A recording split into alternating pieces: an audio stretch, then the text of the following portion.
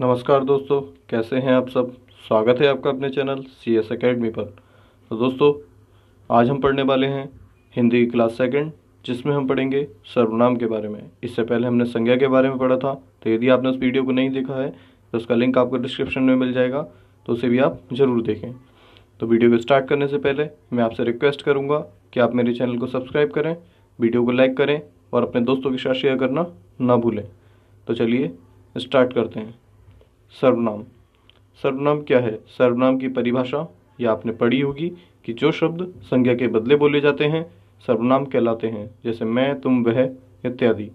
इसके अलावा दूसरे शब्दों में हम कह सकते हैं सर्वनाम उस विकारी शब्द को कहते हैं। विकारी शब्द वो होते हैं जिनमें परिवर्तन हो सके। जो किसी भी संज्ञा के बदले बोले जाता है वो सर्वनाम कहलाता है। सर्वनाम का यदि हम शाब्दिक अर्थ देखें तो वो होता है सर्व प्लस नाम, यानी सबका नाम। तो सर्वनाम क्या है? सबका नाम है। जैसे उदाहरण में परिभाषा में लिखा था हमने, मैं, तुम, वह आदि, ये सब क्या है? ये सबके नाम है। ऐसा नहीं है कि आप इन्हें किसी एक ही व्यक्ति के लिए प्रयोग कर सकें। आप इन्हें किसी के लिए भी प्रयोग कर सकते हैं। हर व्यक्ति अपने आप को मैं कहता है और सामने वाले को तुम कहता है, तो ये क्या है? ये सबका नाम है। इसके अलावा सर्वनाम के भेद हम पढ़ेंगे कि सर्वनाम कितने प्रकार का होता है। तो सर्वनाम के 6 भेद होते हैं।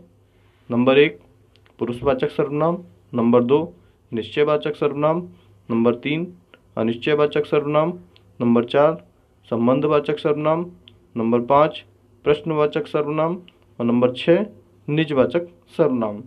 इसमें जो सबसे पहला है पुरुषवाचक सर्वनाम, वो अपने आप में 3 प्रकार का होता है।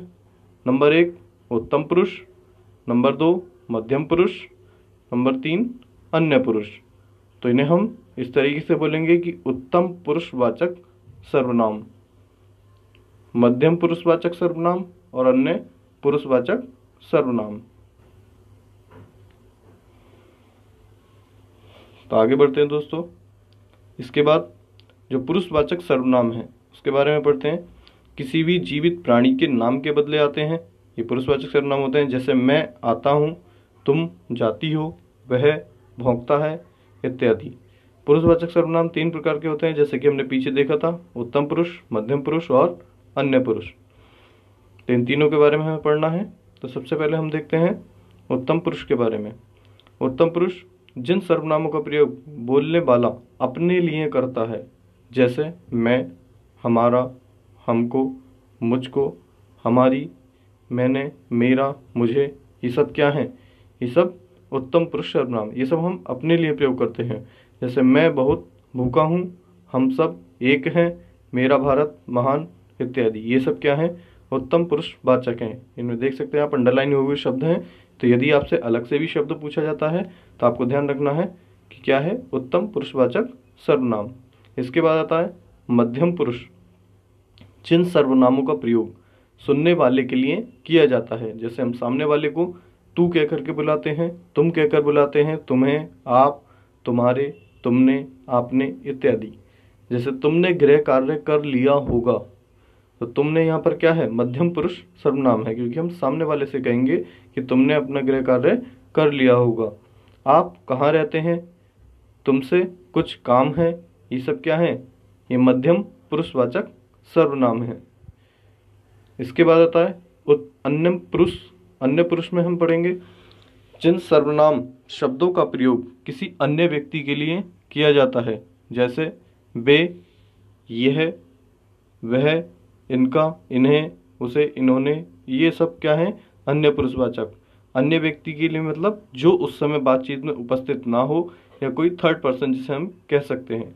जैसे वे मैच नहीं खेलेंगे, उन्होंने कमर कस ली है, वह कल विद्यालय नहीं आया था, उसे कुछ मत कहना, उन्हें रोको मत, जाने दो, इनसे कहिए अपने घर जाएं। इसमें इनसे ये अन्य पुरुष है। ठीक है। इसके बाद हम पढ़ते हैं निश्चयवाचक सर्वनाम। जैसे कि इसके नाम से प्रकट हो रहा है निश्चयवाचक, यानी किसी निश्चित चीज के बारे में बात की जाएगी। तो देखते हैं जिस सर्वनाम से वक्ता के पास या दूर की किसी वस्तु के निश्चित रूप से होने का बोध होता है, या किसी निश्चित व्यक्ति, वस्तु या घटना की ओर संकेत होता है, उसे निश्चयवाचक सर्वनाम कहते हैं। जैसे यह, वह, ये, वे आदि। इसके उदाहरण हैं, जैसे यह मेरा घर है, वह मेरा कलम है, ये किसकी पुस्तकें हैं, वे तुम्हारे रुपए हैं। ये सब क्या है? निश्चयवाचक सर्वनाम। इसके बाद देखते हैं अनिश्चयवाचक सर्वनाम। ये निश्चयवाचक का विपरीत होता है, यानी उल्टा।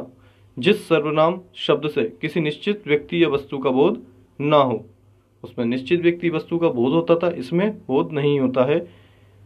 जैसे कोई, कुछ, किसी आदि। जैसे दरवाजे पर कोई है, जमीन पर कुछ बिखरा पड़ा है, किसी का पर्स सड़क पर पड़ा था। तो इन सब में क्या है? कोई, कुछ, किसी। इनमें अनिश्चित है, निश्चित नहीं है कि ये वस्तु किसकी है या ये क्या चीज है। ठीक है दोस्तों। इसके बाद हम देखते हैं अगला सर्वनाम, संबंधवाचक सर्वनाम। तो संबंधवाचक सर्वनाम में हम देखेंगे जिन सर्वनाम शब्दों का दूसरे सर्वनाम शब्दों से संबंध ज्ञात हो तथा जो शब्द दो वाक्यों को जोड़ते हैं उन्हें संबंधवाचक सर्वनाम कहते हैं। जैसे जो, जिसकी, सो, जिसने, जैसा, वैसा आदि। उदाहरण, जैसा करेगा वैसा भरेगा। तो जैसा का संबंध यहाँ वैसा से है, जो परिश्रम करते हैं वे सुखी रहते हैं। यहाँ जो का संबंध वे से है, वह जो न करे सो थोड़ा। यहाँ जो का संबंध सो से है। इसके बाद हम देखते हैं अगला, प्रश्नवाचक सर्वनाम। प्रश्न, यहाँ इसके नाम से हम देख सकते हैं जो प्रश्न का बोध कराए। प्रश्न करने के लिए जिन सर्वनाम शब्दों का प्रयोग होता है उन्हें प्रश्नवाचक सर्वनाम कहते हैं। जैसे कौन, क्या, किसने आदि। इसके उदाहरण हैं, टोकरी में क्या है, बाहर कौन खड़ा है, तुम क्या खा रहे हो। यहाँ पर यह ध्यान रखना चाहिए कि कौन का प्रयोग चेतन जीवों के लिए अर्थात जीवित व्यक्तियों के लिए किया जाता है और क्या क्या प्रयोग जड़ पदार्थ यानी निर्जीव वस्तुओं के लिए किया जाता है।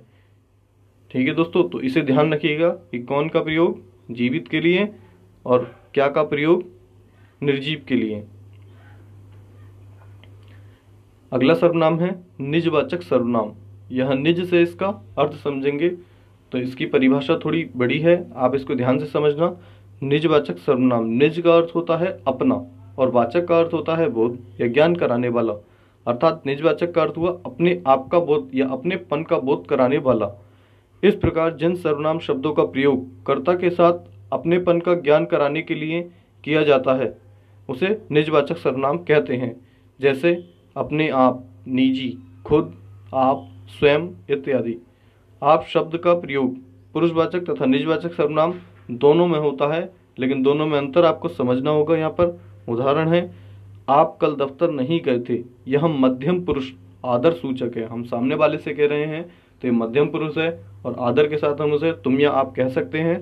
जैसे तुम कल दफ्तर नहीं गए थे या आप कल दफ्तर नहीं गए थे। तो यहाँ जो आप शब्द है इसका मतलब ये निजवाचक सर्वनाम नहीं है, हम उसे संबोधित कर रहे हैं, सामने वाले से बात कर रहे हैं, तो ये मध्यम पुरुषवाचक सर्वनाम है।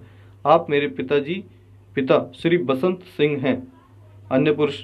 इसमें हम तीसरे का उदाहरण दे करके उसका आदर सूचक परिचय देते समय इसका आप का प्रयोग करते हैं। तो इसका मतलब यहाँ पर निजवाचक सर्वनाम नहीं है। इसके बाद ईश्वर भी उन्हीं का साथ देता है जो अपनी मदद करता है या अपनी मदद आप करता है या स्वयं करता है। तो यहाँ जो ये आप आया है मदद के बाद, ये क्या है? ये निजवाचक सर्वनाम है क्योंकि ये अपनेपन का बोध करा रहा है।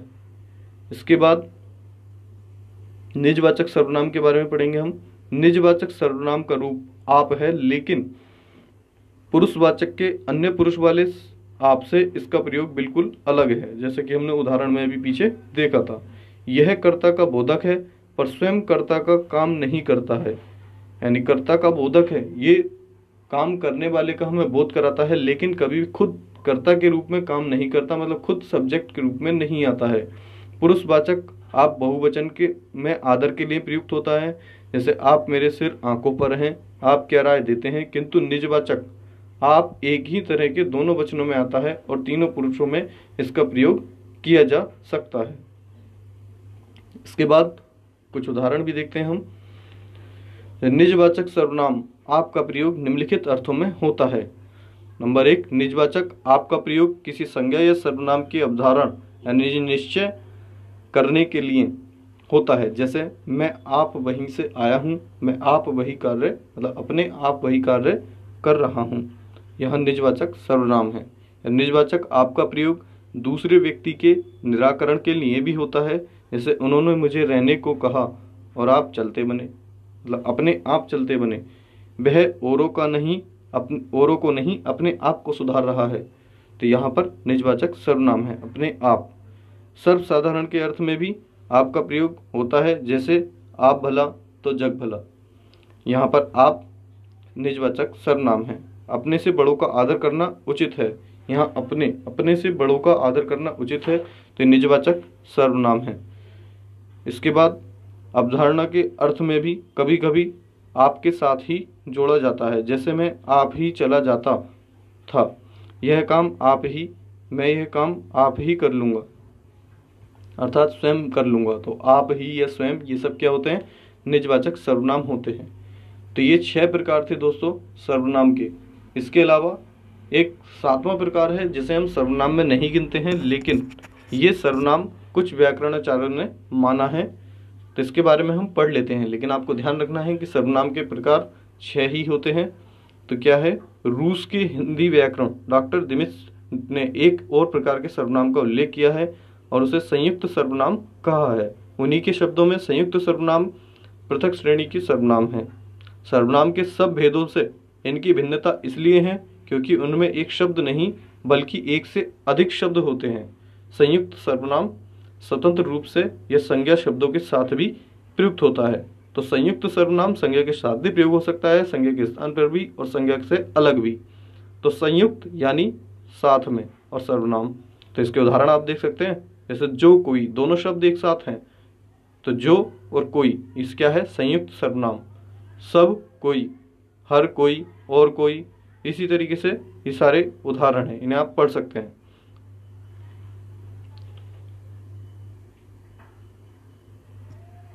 इसके बाद कुछ क्वेश्चन आंसर हैं। तो सबसे पहला क्वेश्चन है, व्याकरणाचार्यों ने सर्वनाम की कितने भेद बताए हैं? जैसे कि मैंने ये बताया, संयुक्त सर्वनाम को हम सर्वनाम में की श्रेणी में नहीं रखेंगे, तो कुल मिलाकर के हमारे कितने? 6 सर्वनाम हैं। तो इसका ऑप्शन डी सही होगा, 6। तो अगले क्वेश्चन की तरफ बढ़ते हैं। क्वेश्चन नंबर 2, स्वयं में कौन सा सर्वनाम है? पिछली वीडियो में मैंने आपसे पूछा था कि स्वयं में कौन सी संज्ञा है, क्योंकि मैंने इसमें बताया था संज्ञा नहीं है, इसमें सर्वनाम है। हम अगली वीडियो में पढ़ेंगे। तो अभी आपने पढ़ा है स्वयं में कौन सा सर्वनाम है, जिसका ऑप्शन ए सही होगा, निजवाचक, यानी निजवाचक सर्वनाम है। क्वेश्चन नंबर 3, नेहरू जी ने भारत के स्वतंत्रता संग्राम में महत्वपूर्ण भूमिका निभाई। आपने जेल में रहते हुए डिस्कवरी ऑफ इंडिया नामक पुस्तक लिखी। इस वाक्य में आपने जो शब्द है, इस शब्द में कौन सा सर्वनाम है? तो आपने, यहाँ पर अपनेपन का बोध नहीं हो रहा है, किसी तीसरे व्यक्ति के बारे में बात हो रही है, तो यहाँ ऑप्शन सी सही होगा, अन्य पुरुष वाचक। और अपनेपन का बोध होता है तो निजवाचक। और जो ऑप्शन डी इसमें दे रखा है, व्यक्तिवाचक, ये एक संज्ञा है, तो ध्यान रखना है आपको।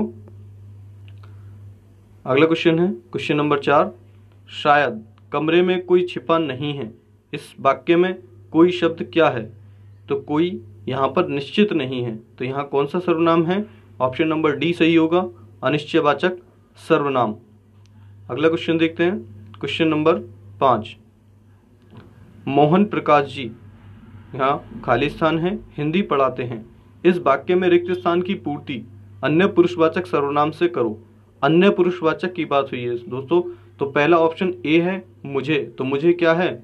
उत्तम पुरुष है, यानी स्वयं के लिए, और तुम्हें हम सामने वाले से कहते हैं, तो ये मध्यम पुरुष है। और हमें, ये भी हम अपनेपन के लिए कह रहे हैं, अपने आप से कह रहे हैं, अपने को शामिल करके, तो ये प्रथम पुरुष है। तो ऑप्शन डी यहाँ बचता है, उन्हें, यानी मोहन प्रकाश जी उन्हें हिंदी पढ़ाते हैं। अगला क्वेश्चन है क्वेश्चन नंबर 6, निम्नलिखित में से किस विकल्प में सभी सर्वनाम पुरुषवाची हैं? तो इसका ऑप्शन ए सही होगा, हम, तुम, ये, वे, ये सब पुरुषवाची या पुरुषवाचक सर्वनाम है। ऑप्शन बी में जो कुछ है ये अनिश्चितवाचक है, इसलिए ऑप्शन गलत हो जाएगा। ऑप्शन सी में जो कोई है ये भी अनिश्चयवाचक सर्वनाम है, इसलिए ये भी गलत होगा। और ऑप्शन डी में जो किसी है वो भी अनिश्चयवाचक सर्वनाम है, इसलिए ये भी गलत हो जाएगा। तो अगले क्वेश्चन की तरफ बढ़ते हैं। क्वेश्चन नंबर 7, तू सर्वनाम का प्रयोग किस क्रम में नहीं होता है? तो तू सर्वनाम का प्रयोग संबंध बताने में नहीं होता है। समीपता में होता है क्योंकि हम सामने वाले से तू कहकर के भी बात कर सकते हैं। आत्मीयता में हम अपनी आत्मा को तू कहकर भी संबोधित करते हैं। और अपमान, तू कहकर हम किसी का अपमान भी कर सकते हैं। जबकि संबंध बताने के लिए हम तू का प्रयोग नहीं करते हैं, हम यह या वह का प्रयोग करते हैं कि वह मेरा भाई है या यह मेरा भाई है। तो इसका ऑप्शन ए सही होगा संबंध बताने में। अगला क्वेश्चन है क्वेश्चन नंबर 8, किन किन का नाम सूची में नहीं है? रेखांकित पद सर्वनाम है, इसमें कौन सा सर्वनाम है? अब किन किन का नाम नहीं है, इसमें नाम की जगह हमें प्रयोग करना है और किन किन की जगह किसी का नाम आ सकता है। तो यहाँ पर प्रश्न करा जा रहा है कि किसका नाम, किसका यानी किन किन का। तो ऑप्शन बी सही होगा, प्रश्नवाचक सर्वनाम।